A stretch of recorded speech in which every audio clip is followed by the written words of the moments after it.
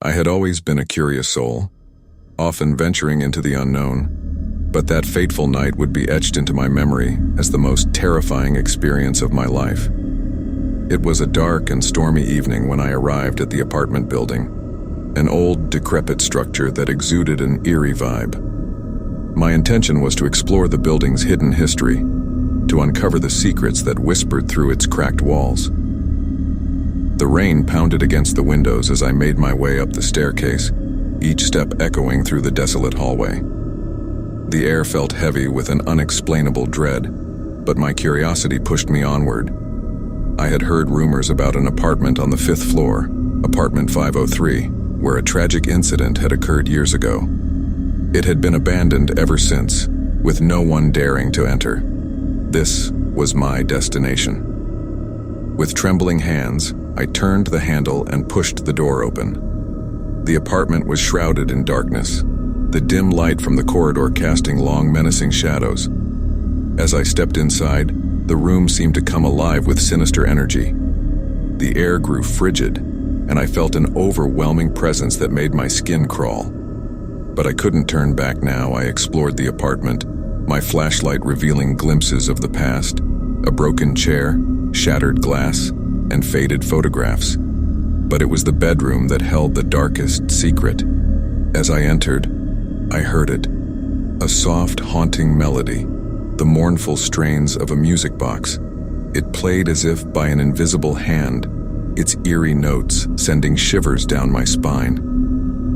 In the corner of the room, I saw her, an apparition of a young woman, her eyes hollow and her expression filled with anguish.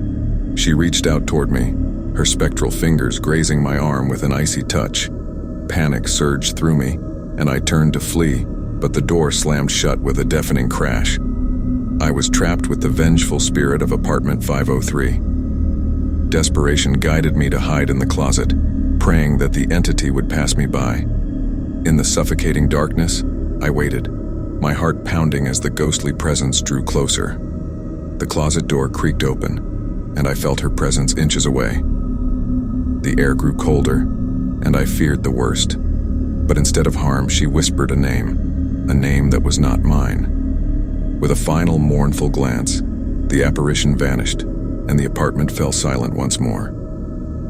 I remained in that closet, trembling with fear, until dawn broke, and I could escape the cursed apartment. To this day, I can't explain the horrors I witnessed that night. It was a chilling reminder that some places bear the weight of tragic pasts, and the darkness that lingers there can ensnare the curious soul in a web of fear and despair.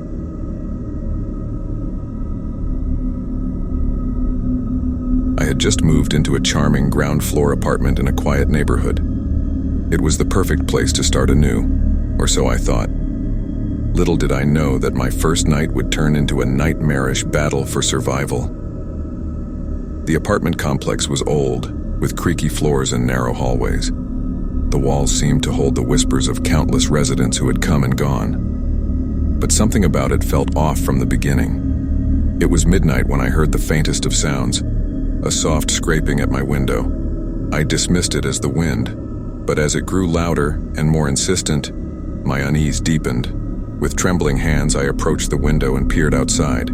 There, bathed in the glow of the streetlight, was a figure, a shadowy silhouette with a grotesque mask concealing its face.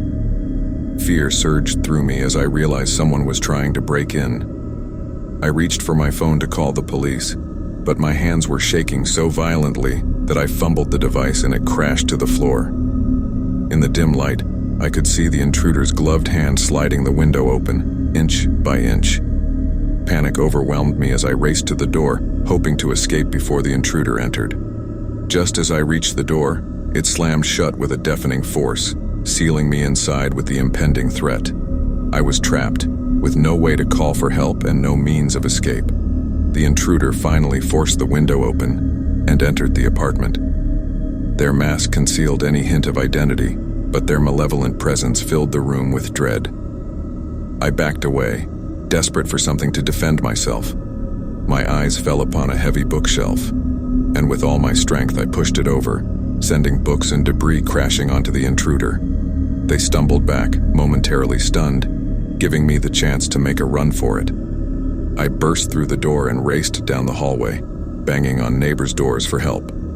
The police arrived just in time to apprehend the intruder, who had finally removed their mask. It was a face I had never seen before, a stranger with no apparent motive for their terrifying intrusion. To this day, I can't explain why that intruder targeted me, or how they managed to lock me inside my own apartment. It was a chilling reminder that even in the safety of one's home, danger can lurk in the shadows, waiting to strike when least expected.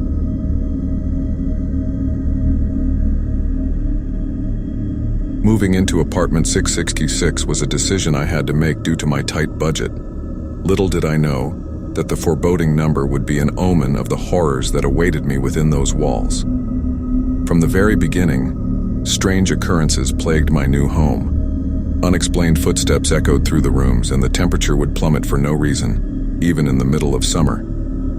One evening, as I sat on my worn-out couch, I heard a faint whisper, a sinister, disembodied voice that sent shivers down my spine. It called my name, each syllable dripping with malevolence. Ignoring my fear, I decided to investigate.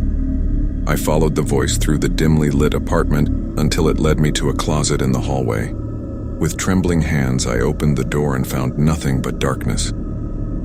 Just as I was about to close the door, a pale hand shot out, gripping my wrist with an otherworldly strength. A figure emerged from the closet, an emaciated, spectral woman with hollow eyes and a tattered dress. I screamed and struggled to break free, but her icy fingers held me in a vice-like grip. She spoke in a language I couldn't understand, her voice a cacophony of torment. Finally, with a surge of adrenaline, I wrenched myself away and fled the apartment, leaving the spectral figure behind. I found refuge with a neighbor who had heard my cries for help. The police were called, and they searched apartment 666, finding nothing out of the ordinary. They dismissed my claims as hallucinations or paranoia, but I knew what I had witnessed was real. I couldn't stay in that accursed apartment any longer. I left everything behind and moved far away, haunted by the memory of the spectral woman and the malevolent force that had taken hold of apartment 666. To this day, I can't explain the horrors that I encountered within those walls. It was a chilling reminder that some places are cursed, and the darkness that lingers there can ensnare the unsuspecting tenant in a web of fear and despair.